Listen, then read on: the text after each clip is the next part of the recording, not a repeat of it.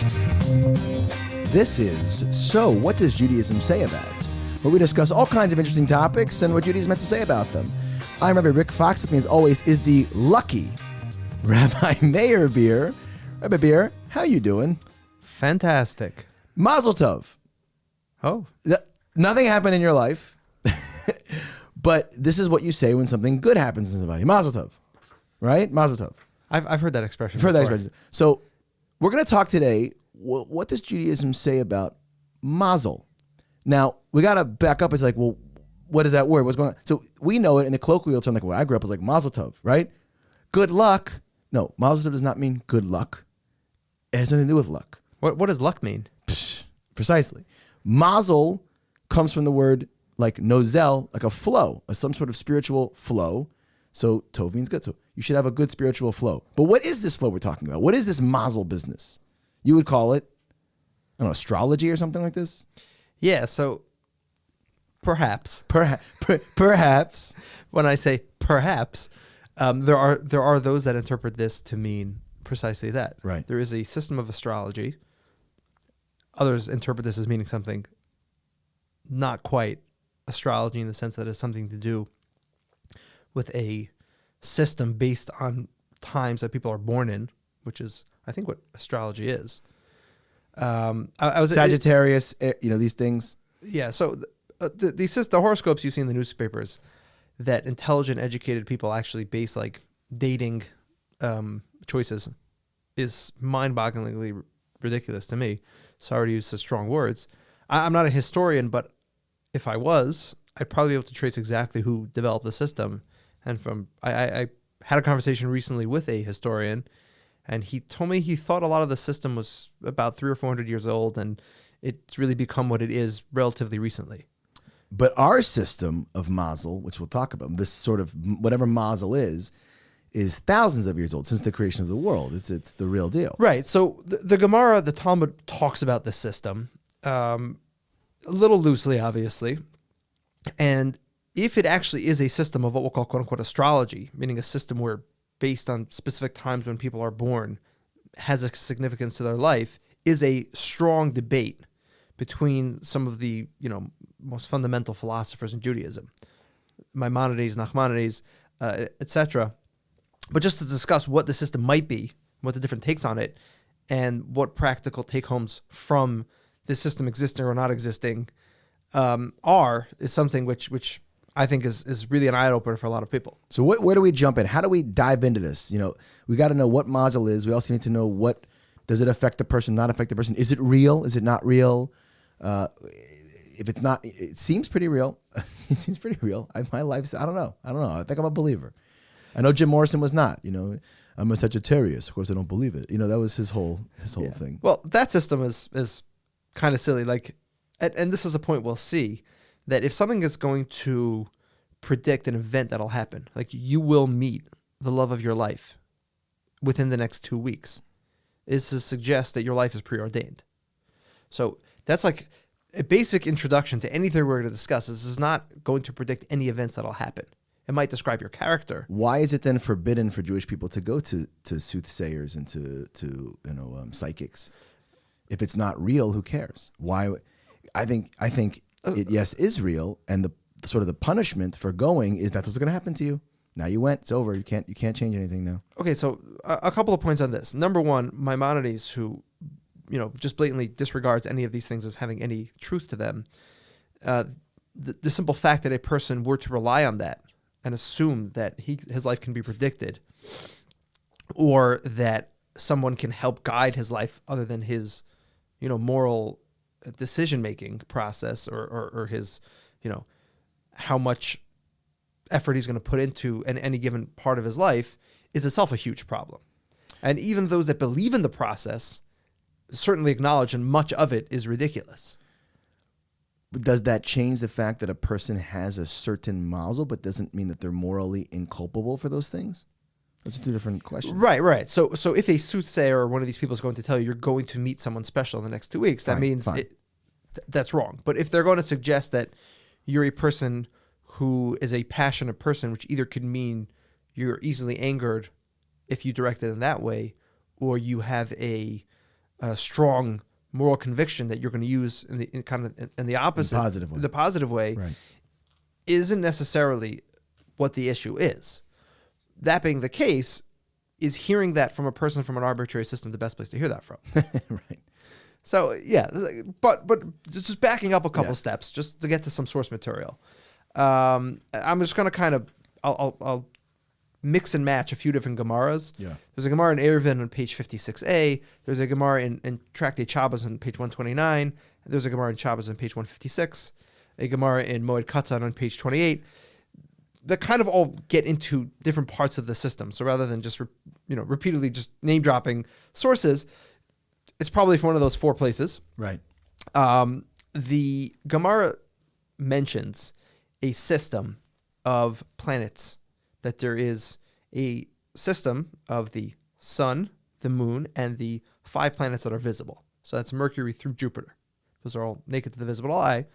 And the influence of being born under one of those systems is meaningful. Seemingly. The Gemara is very vague about this. The way Rashi explains this, Nachmanides explained this, Rabbeinu Nisim explains this, and many others, is that there is a system of 7, and every 7 hours the system repeats. The system starts on Tuesday night. Wednesday, which in the Jewish calendar starts on Tuesday night, after nightfall, is when the celestial bodies were formed or created as we know them. And that cycle starts with Mercury, then it goes to the moon, then Saturn.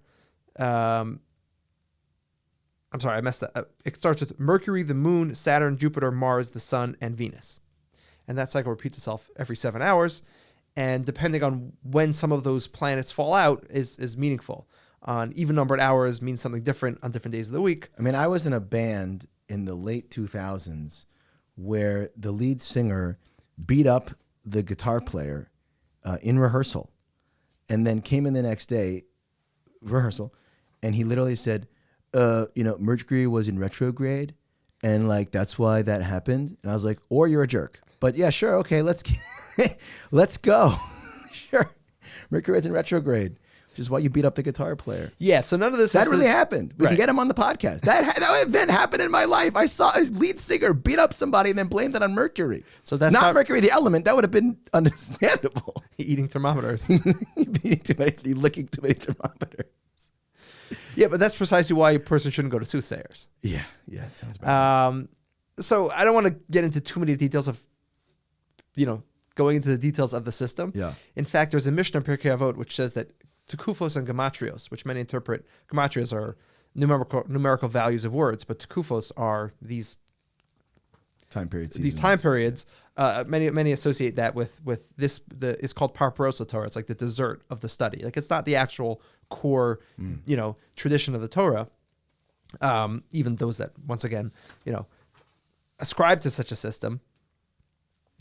But once again, the meaning of this is not that you are going to do any specific act or you're going to meet any specific person.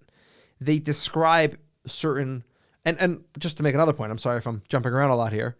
This system has nothing to do with the visible cycles of right. Because this is a 7-hour cycle which repeats itself through the week, and because a week is 168 hours, which is divisible by 7. Then it repeats itself the same time every week. There are customs which some communities have based on the system. There are communities, the Magen Avraham quotes specific hours not to make Kiddush Friday night based on one of the systems. There have been customs for people to get married during specific parts of the month or specific days of the month. Sure. But once again, that doesn't predict behavior. Primarily what the Gemara always describes as predicting is personality types or certain character, generalities. Yeah, that's how I understand Mazal. Mazal being very closely related to the word mezig, which is like your temperament. Right. Mazal So being this flow that came in at a certain point in time, makes you angrier, lazier, different types of things. Like Maimonides also doesn't believe in that. So we'll get there. Okay, fine. I don't mean to. We'll see. Got to be careful. Right. And also, but remember, primarily because the Gemara is not talking about anything that's visible, anything that's astronomical. It's talking about some sort of system of influence. Whether or not it's something that is predictable can still get to the same point, right. Meaning that certain people have certain characteristics. And when you said angry or lazy, rephrase that because you kind of went to Sure. a negative part Sure. of a character. Passionate and fiery and chilled out, laid back, Right. which can be taken to be passionate and excited or angry in the bad way. And then the laid back, go with the flow type is like lazy or a person who gets along with other people and is amenable and can be a great arbitrator and things like that. Right. So you'll have people that are more collaborative and people that are more confrontational. Right. And confrontational people, if they're good people, Right. can accomplish a lot. Right. Collaborative people sometimes are pushovers. So, there's no defined good or bad, but you do have people that use various, personality types in different ways. What is important, and I'll just quote based on what you just said, there's a teaching the Vilna Gaon writes in his commentary on Proverbs in chapter 22. The verse in Proverbs says that you should educate a child according to his way, and then even when he becomes old, he will not, divert from that path. And the Vilna Gaon explains this is that if a person is born under Mazal Madam, for instance, this passionate personality type, if you try to change his personality type, it'll work while he's young, but that's what the kind of person he is. And inevitably, when he gets a little older, Right. you can squelch it or cover it up, Right. but you can't change a person. That's who they are. Right. But what an educator needs to do is recognize this person as a passionate person and then kind of just put it into a productive, healthy lifestyle. So the Vilna Gaon hops in here and says, according to their ways, or according to their mazel, according to that's the language he uses, right? He says according to their mazel, that there's going to have a natural inclination a certain way. You gotta get into that. Don't a kid can be tricked, right, or subjugated, but that's not going to last when they're right. That's not who they really are. So, for instance, this Mazal Madim, quoting this Gemara in translation. Shabbos. What's Madim? So Madim is Mars, which Mars is this meaning violent type personality. right. The Gemara says you can either be a robber, a thief, you can be an animal slaughterer, or you can be a mohel, you can be a circumciser or a doctor. Meaning you can either be a thief because you're not afraid of fighting and Murder or whatever. Right. You can use it for animal slaughter, which is just it's a job. Right. It's not necessarily violent to society, but it's just a way to. It's something that a lot of people would be squeamish to do. Or you can be a person that uses their kind of steely, cold, ability to focus in kind of difficult situations to be a surgeon. I would say it sounds like they like blood. They have like a violent, but like they want to spill blood. Right, because most people, when they see these kind of, scenes of blood or They faint or whatever. it just makes them nervous. Right. Whereas a person that can be composed in that can use that composure to either be a surgeon or to be a murderer. or a murderer. Right. But to try to make that person into a dainty person, that's not their personality. Right. So that would be counterproductive from any educational perspective. But that is the mazel. That is the mazel, correct. Now, here's another part to add. The Gemara says that ein mazel Yisrael. There's an expression that there's no mazel to the Jewish people. So this has a number of meanings. The Tosfos says that, from all perspectives, nationally, the Jewish people can rise above any predetermined situation. But more specifically, the Gemara seems to indicate that individuals, and a question as to how much, can alter to a degree parts of mazel. Right. There's mazel le'elyon, mazel tachton. Like Right. your purpose in life, maybe you can't change, but your ability to overcome certain character traits or certain negative attributes that would Can to a degree be overcome. Right. And it doesn't mean everyone can. So one of the things that is considered by Mazal Italia is a person's intelligence. It's not a strong. It's difficult to really change that. But with if a person needs to perform at the best that he can through prayer, that can be like focused a little better. I think it's amazing to discuss these things, especially in today's climate, because I think most of, certainly at Penn, I remember this going through college, like you almost praise yourself for certain things you had nothing to do with. You feel good about being smart. You had nothing to do with being smart. How hardworking you are, but your absolute raw intelligence was placed into you. Your parents were given to you. You didn't pick your parents. I mean, it's a funny thing. People with money feel more, but like that's not actually part of their core essence. It's not that, you know what I'm saying? So Mazel's funny like that, because I think we need to think about how these things affect us. To a degree, lifespan is the same thing. 100%. Right. Health is a variable, but there are parts, meaning so there is a certain, predetermined amount that a person is going to live. People may pass away even in perfect health at a younger and older age. Yeah.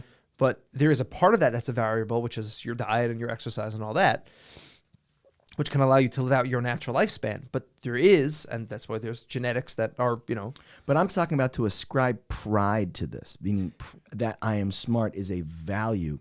It's not a that was a mazel. Right, it was exactly. a mazel. You didn't. You know what I mean? We have to move away from that and towards a more moral characteristic, which I think is what we're talking about here. Yeah. So getting along these lines, so the Gemara indicates that taking this beyond just character traits, this is a Gemara in Shabbos at 156, that there are even events which are quote unquote predetermined to happen, Right. which, things like prayer, meritorious, parts of a person's lifestyle can overcome. So the Gemara says, there's two people that were, great experts, by the name of Shmuel and Avlate, who are discussing this. And this is just to make this point that predetermined also has its limits. Nothing is, even things which have a predetermined probability are not absolutely predetermined. Right. So the Gemara brings a number of stories. There was a person who seemed to be lined up to die by a snake bite, and it ends up that he didn't, and he accidentally put his bag down and killed a snake, which was a poisonous snake. And the reason for that is he was a very charitable person. I think Gemara mentions that he was very sensitive to people's nature. So even things which are likely to happen can be overcome. So this By your moral choices. Right. So not always. Nothing is, there are things that the greatest, most sensitive, most beautiful people may still have unfortunate incidents happen in their life. But to an extent, nothing that we can say as a system is guaranteed to lock into place. This getting back to this idea of what we mentioned, the Rambam, the Beis Yosef, the author of the Shulchan Aruch and his commentary on the Torah. But just to be clear, Maimonides, what did he say? He said, I don't believe in this, even though he's going up against an open Talmud, open piece of Talmud. That can't be. So what does he mean? Yeah. So we'll fill in how he reads these words. Just for the readers, Maimonides was about 900 years after the Talmud. I mean, we're talking about right. And Maimonides, it doesn't take very long to realize that his writings are all based on the Talmud, and he knew everything. Yeah, and I'm saying he's not separated from the oral tradition. Right. Maimonides takes note of this in his writings. That what he would have to. That what he seems to write. He didn't miss a page. Exactly. Does not or a bunch of pages. Right. Does not seem to be the direct interpretation of what the Talmud writes. I'm on Pins and Needles. I can't wait to hear this. Yeah, we'll try. The Beis Yosef, which is the author of the Shulchan Aruch's work on the Torah, quotes this disagreement between the Rambam and Maimonides and some of his contemporaries. He seems to, unusually so, perhaps, to not go with Maimonides' take on this. But to really kind of break this through, what this means, there's a long essay from the Tiferes Yisrael. This is a commentary on the Mishnah written by Rabbi Yisrael Lipschitz. Year? He was born in the late 1700s, passed away in 1860, who writes that there are a number of determining factors in a person's life. Many of them are obvious, things like genetics. There are political, social, and economic climates that people are born into. People born in one country will have a different life than people born into another country. Right. We talk about this all the time on the Poland trip. You weren't born in Hungary in 1930. You were born in America in 2002. It makes a huge difference in your life. That's going to be a game changer. The kind of career that a person chooses to take will be very influential on different outcomes. Right. If you were my brother-in-law had a cousin who sold photography equipment to insurance companies. And it's a very specific. Yeah, he had this little business. Right. Probably special cameras that take pictures of cars that are dented and stuff. stuff. I hear what you're saying. With different setups and things. And he supplied insurance companies. And when digital cameras became a thing, somebody else took over his business because he just didn't have the right equipment. Right. My father had knew of a fellow who invested in hundreds of thousands of dollars in printing equipment 2 or 3 years before Photoshop came out. And all that just became a $5,000 piece of software rather than $300,000 of machinery. Right. So, a person's career path can influence his life. There's also much more subtleties to that. If a person takes a career path which is more indoors than outdoors, that'll affect certain parts of his health. If a person takes a career path which he happens to find meaningful and not stressful, that'll have an effect on his health. So you have all these like obvious external factors in a person's, that'll affect the happiness and overall picture of a person's life.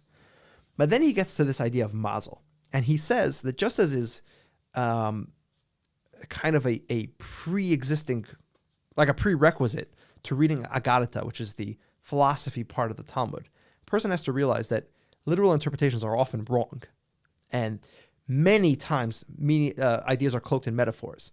The fact that the Gemara talks about a Mazal Madim, this influence of Mars, does not necessarily mean anything which is definitive in the sense that, okay, there's this hour, that we can specifically ascribe to something. You can really understand it as a generality that God creates people with certain natures. And what you mentioned, this idea of person recognizing their innate nature is more to the crux of the issue. That realize that you are a certain type of person. Get in touch with who you are and develop that as well as possible. Right. Where that came from is tactically irrelevant, it seems. That's what he's positing, right? We're calling it Mazal, but it could just be how you are. We're not going to deny that, although psychiatrists would say this is the way that it is. So now that you know that about yourself, however it came to be, you're still obligated now to take that and morally apply that to your life. Right, and do the best you can with that. And the idea that he says, and this is the language he uses, that people like grabbing onto things that the mind really knows aren't very intellectual is something which leads people to look for some sort of system. So Jim Morrison would like this. Yeah, he might. I don't know if he could read the Tiferes Yisrael, but if you can go back in time and tell him, maybe he should take a look. So, just as there are natural causes which we can discern, sometimes for whatever reason, God creates situations for individuals and also in a larger sense, communities and nations and eras that struggle with different things or have an easy time with certain things. Right. And that's really like the point of it, that a person might have we'll call a normal and healthy background and they think their life should go in a certain course. And sometimes it definitely does not take that path. Derailed. Right. Both realize that sometimes there's a reason for that. Right. And although you're kind of perhaps locked into a general lifestyle or set of parameters that is the will of God, at the same time, you can still, following the dictate of Ein Mazal Yisrael, try to make the best of it or make it align that it works in the best that it can. Right. You're not trapped in your circumstances so as you still have choice, meaning right. They'll play themselves out. I mean, my father was healthy as a horse. I guess horses are healthy until, 63 years old, boom, brain cancer, right? It just came out of nowhere. It's not genetic, but it did. But how's he? What does that mean? He had to respond to that for the next 2 years of his life until it ultimately succumbed. But he didn't. It didn't overstep who he was as a person. He's still that person. He's still there, working with that. And for me, by the way, also I had to go through the fact that up until I was, I can't remember how old I was, 30, 31. I had a healthy father, and then all of a sudden he was sick. Right, and that you could say that's my mazel, whatever that is, but I had to deal with it, and it made me certainly a much more refined, dignified person over those 2. I mean, those 2 years were very powerful for me. I certainly prefer to have my father, maybe, but it's complex. It is complex. Yeah, so it is complex. The point you're raising now, I think is there's a really important idea to be raised, and I'm just going to take what you said. And consider it raised. And take it a little further. This idea of us kind of understanding our mazel in regards to our struggles through life. Yeah. Rav Dessler writes, sometimes people face a difficult time, and that difficult time is something that by overcoming it, they no longer need to deal with it. So say a person is kind of his destiny is to be a great scholar. And he struggles financially, or she struggles financially in the beginning of their career. Right. And through that struggle, they really lock in to the essential, meaning of what they want from their life, because, financially it's difficult. They really have to put effort in. There are people doubting them, and they really get this conviction that they need. They then no longer need to be poor, and they may not be poor anymore. On the other hand, some people, for whatever reason, are going to struggle always. And that is just kind of the way the way they're going to ultimately define the entirety of their life. Right. It's unpleasant to think that way, but look at the history of humanity. Not everybody's always had it so good. And then he writes, quoting a passage in the Talmud in Chagiga on page 11, that anybody who looks what's above or below him, what's in front or behind, is should not have come to the world. Very strong line the Talmud writes. Right. And he explains that when people try to discern the why of their situation, and sometimes can be very counterproductive. He takes us to a really deep place. The Torah tells us that when Moshe had prayed to God to seek forgiveness for the Jewish people, creating the golden calf, he was granted a certain revelation of God's ways. And God tells him, you can see behind me, but you cannot see in front of me. You cannot see my face. It's a beautiful, beautiful statement. Right. So there's something about the way the world functions that we can understand, but parts of it we can't. And he interprets this to mean the following. We can understand how our struggles and the choices we make are important. To understand why there are certain things we're not going to overcome is, if we were to see that part, would in effect nullify part of our being a human being. You got to go through it. You have to go through the process. You can't know why. If you're going to know that you have to be a poor person, that essentially is going to take away your choice and your ability to struggle through that. And it is often better for people not to know when absolute inflexible parts of the system are there, to know that they even exist. And therefore, the healthiest, most productive way to go through these things is simply to just kind of cruise through it. Do the best you can. Be the best person you can be. Why things are the way they are. You're not ultimately going to have a full realization of what that is. You may have insight. You may have flashes, and grab those when you can. But God does say, and I forget whose commentary this is, God does say you can see my back. And I heard, again, I can't remember who said it. What this means is when you're in that struggle, so then you're not going to understand it. If you were to see me, you can't live through that, like you're saying. But you can see my back, meaning after time, when it's all passed through, then from behind, you'll see my back, meaning when it's over down the line, 3 years, 5 years, whatever it is, you'll begin to understand, or can maybe understand, why you had to go through that. Then you'll understand my ways. But your point is precisely the idea that we're trying to get to, is that your goal during the struggle is to make the best of the struggle. If you were to know this struggle needs to happen and will never end, maybe you wouldn't make it through that struggle. Right. Maybe you wouldn't have the conviction to just keep driving through, which would take away your essential humanity. I can't say all of them, but a lot of the survivors talk about this idea. Now, it's very crass sometimes to say the why these things happen. We don't know why. I never said a why. I just said that it helped to, And then just to sum up, one of the points that we raised, and we're kind of focusing on this more kind of philosophical way of viewing these things rather than a practical way of viewing these things. I think we're being pretty practical. No, the practical astrology. Yeah. No, the practical philosophy of dealing with life. But those opinions, which we're not focusing on that much, who seem to say that there is an actual system you can tap into, and you can really discover certain nuances. Manipulate it, or whether or not it's permitted, but perhaps the ability of those things is pretty clear from many commentaries, has diminished over time. And as humanity has become more and more intellectual and scientific and sophisticated and scientific, exactly, those abilities have not necessarily disappeared, but have been much less prevalent. Right. Interesting. So maybe that's what Maimonides means. Yeah. So Rabbi Kamenetsky suggests that even Maimonides might have agreed that they existed in a reasonably attainable way at some point, but no longer exist. Right, and certainly 1,000 years after Maimonides, which is where we are now. Yeah, as he does point out, Maimonides' writings seem to indicate that he never really believes that such a system, at least a predictable and manipulatable system, ever really existed. The bottom line is, whether people kind of innately feel a pull to Maimonides' viewpoint or Maimonides or the alternative explanations of these passages. Rav Hirsch, in the 9th volume of his collected writings, answering a question from a person who was bothered by this, writes, "Who dares thrust his head between the two great mountains, the Rambam and the Ramban?" It's Maimonides and Nachmanides, whose views on the subject have split the worlds, in regards to this problem in the nature of magic, astrology, and demonology. You must admit that going to this writer, that what you suggest, that the Rambam really had the Ramban's view, he says, does not really sound like is what the Rambam actually meant. The Rambam's view seems to be that it's more of a philosophy than a practical system that we can, predict or whatever. But what he says is, what practical difference does it make whether Rambam or Ramban is correct about magic and related matters? In any event, we must keep away from these practices, no matter whether they are illusory or have some substance to them. God has declared them God has declared them to be something we should stay away from, and a responsible moral person ignores them and does not allow himself to be tainted by that which God has declared repugnant. You do what you need to do. You try to make the best of your life. We're not supposed to predict them, even if they are predictable. And for people like us of humble attainments, Scripture says, yes, of course. He who lives with integrity lives safely.